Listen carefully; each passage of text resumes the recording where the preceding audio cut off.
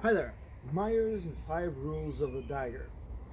They are in a German text called regel, in for Gang's translation called precepts. I have made 5 videos previously, one depicting each of these. Actually, I think I've made 6 about depicting each of these precepts in detail. But what I mostly did is I went through the techniques described under each precepts. This video is going to be dealing with what are these concepts, which I think is the best word, trying to teach us. So the first precept is dealing with hooking. So basically it shows you to hook from either side.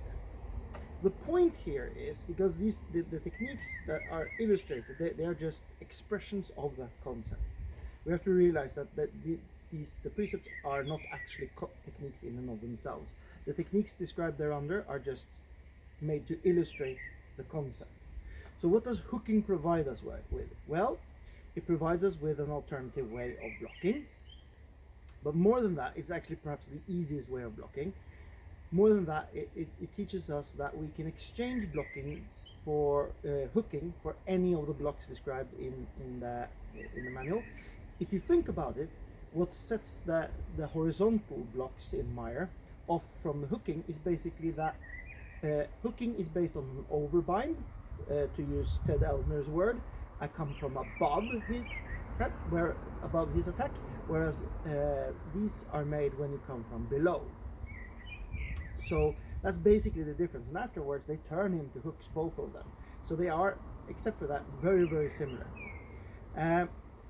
What it also provides us with is a hook can start off as an attack, and as you come in, I can change it into a hook. This is really good, because if you have looked at our video where I talk about why I do these long circular attacks, which of course aren't the only attacks I do, by the way. Of course I have shorter ones as well. That means that I talked about constantly posing a threat. Well, that means that anytime that he comes in, I'm also potentially hooking him. So what is a threat as an attack can at any point be turned into a hook. This is really, really fantastic. So in this way it serves the same purpose as Meyer talks about in Longsword, that you're going to attack the attack, because you're actually attacking, and then when his attack comes, he just turns into a hook. In that way, is really, really useful. Is a kind of a aggressive blocking, if you like. Aggressive negotiations, I think they call it in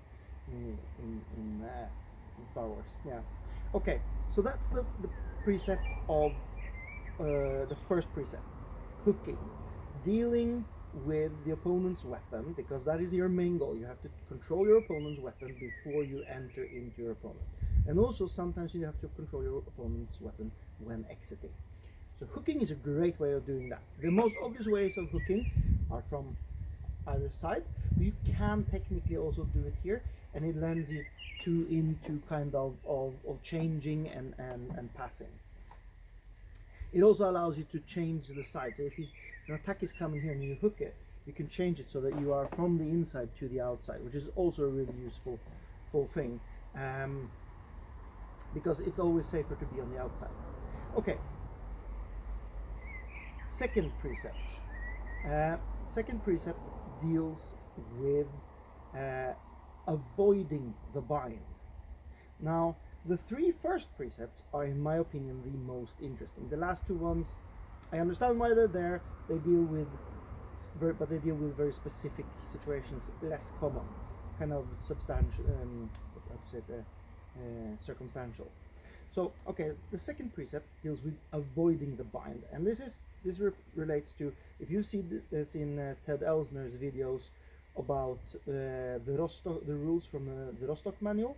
He talks about one of the things he talks about. I think it's from the Rostock manual. Anyway, look at his videos. You can see where he talks about Meyer, where you should avoid the bind. You should not bind unless you choose to. So the same applies for the dagger, because the moment I attack in, and the moment we get into a bind, if I like the easiest way to bind is to hook. If I hooked somebody, he has also hooked me. So that's a problem, because hooking is great, but sometimes if my opponent is good at that, I might not want to really go into that. I might want to, unless I'm sure that I'm going to get in a good way, I might want to avoid getting into a bind, because a bind is here in the dagger, right? It's mostly here in the lower arm. So avoiding it, he gives us two examples. He gives us an example of ducking under, and how to basically bait by going for a high, really dedicated attack, and then just moving your dagger out. So like activating the opponent's weapon so that he starts moving in one direction, like a setup. But the point is, these are just expressions again. The point is, they teach you how to avoid getting into the bind, which is really, really useful, because preferably if I'm fighting somebody, I would much rather we not get into a bind. Now, you might be wondering, but you said we should control the opponent's weapon arm. Yes, you can control your opponent's weapon arm without being physically holding on to it, neither with your offhand or your dagger hand. You could, if you have complete control over your opponent's dagger weapon hand, if you are in a position where it cannot reach you. So if he's standing here and his weapon is here, and you have moved to this position where you can attack him, and he cannot reach you with his weapon, well, then you have control over his weapon arm. It's not more hocus pocus than that. So that's a really good thing to practice, avoiding the bind when you don't need it. Okay, so that's the second rule.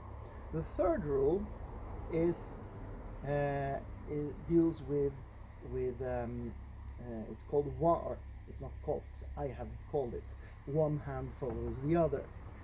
And basically this is my favorite one. It deals with, it allows you to add either your offhand to monitor, or your weapon hand to assist, and vice versa.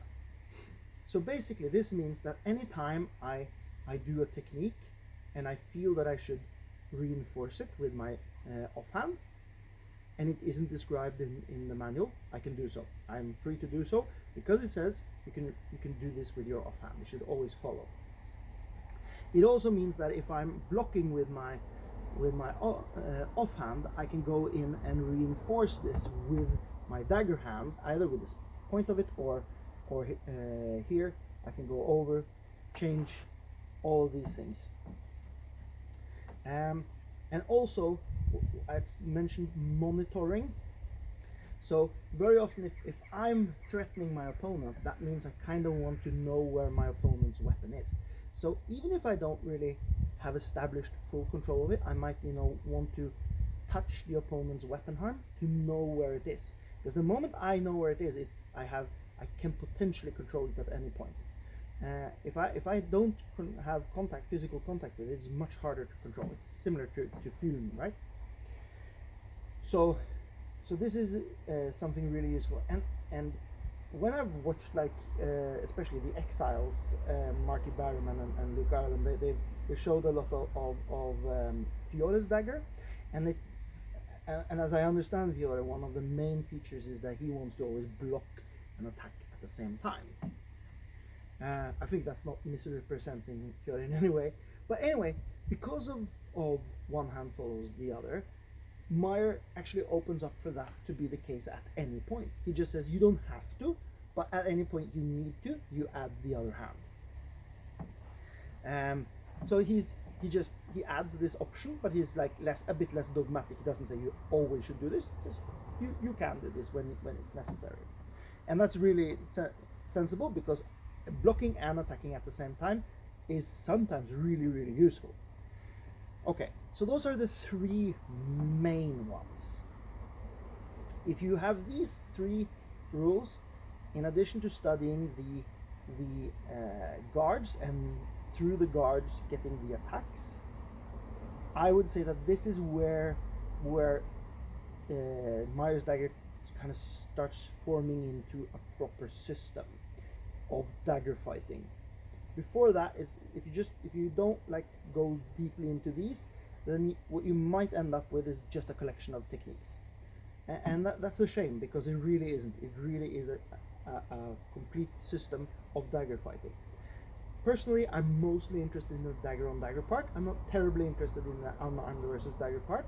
I've looked at them, I've gone through them, but and I've interpreted them, but my main interest is the dagger on dagger part. And I think that most of the precepts are dealing with dagger on dagger. This fourth precept is dealing with weird, unusual, or alternate ways of grabbing your dagger. He has one where you're grabbing in the middle of the dagger, and he has one where you're showing to grab to hold it point up. The point of these is, if you're grabbing in the middle, it's not something which is recommended. It's a for all the discussions that have been lately between Dave Rawlings and Marky Berman about what the discs on the rommel are. This doesn't even have, this is just a stick, but the discs on the rommel, they're there for a reason. I think everybody agrees on that. So holding in the middle of them, and actually over with the rommel in the middle, that isn't the optimal way of grabbing a rommel dagger. However, it is where you very often end up if you disarm somebody, or if the weapon was just lying on the table or on the ground and you happen to grab it. The point here is to provide you with techniques that are based in less than favorable circumstances. You wound up holding the dagger like this, well, then it's good to have some basic techniques with it. He also talks about holding the dagger like this. Meyers does not recommend this as his, this is just only mentioned there. He does, however, have a few defenses against this, and he introduces it in my opinion, because he wants you to understand that even though he favors this grip, you cannot dictate what your opponent, how your opponent chooses to wield his dagger. So sometimes you will face an opponent that is like this, and then you have to have a basic knowledge of how that knife works in order to, so you should train also this grip, because that will prepare you for fighting somebody who chooses to hold this way. So he basically just shows you, how you can go low, like bait low, go high, and bait high, go low. You can do that at any angle. These are very simple baits, and it gives you a very, very simple introduction to fighting with this. And that is, some of the things that set it apart, except for the reach. It's that you can kind of easier go around in different angles. You have more attack angles, and you can change between them more easily than perhaps you can with a grip like this. So that's the unusual ways of grabbing your dagger. And the last one deals with ways to escape somebody grabbing your dagger hand. Now, at first glance, this might seem circumstantial, but if you remember that what I talked about earlier, that Meyers' main focus is controlling the opponent's weapon arm. Now, Meyers bases his system on the fact that your opponent actually knows what he's doing. He's assuming that his opponent is skilled, and that's a good thing, because what very often happens when people train what you call like self-defense systems, and this isn't specific for HEMA, is that they forego training the attack. They just attack like, okay, so now we're going to attack. Okay, so if you never train to attack properly, you become very good at defending at people who are crap at attacking. Okay, so this should be pretty obvious, but I'm going to say it anyway. So if you don't train just attacking, then you are training to defend yourself against people who are shit at attacking. That means the moment you have somebody who is like moderately skilled with a dagger, you're probably going to get skewered. So that's basically what this is about, because as I said, controlling the weapon arm is the main focus. Well, since we assume that our opponent is going to be skilled, we're going to make the assumption that our opponent wants to control my dagger arm. That is going to be his main goal. He's going to try to control this hand. And I, of course, don't want that. So it provides us with several releases to get out of situations when our opponent has grabbed that dagger hand. And in that way, it's really, really smart. So even though it's perhaps less useful than the first three, I think the fifth one has its definitive place in the system. I also think that, of course, the fourth one has, but that's a lot more circumstantial. But it is good to have it in there.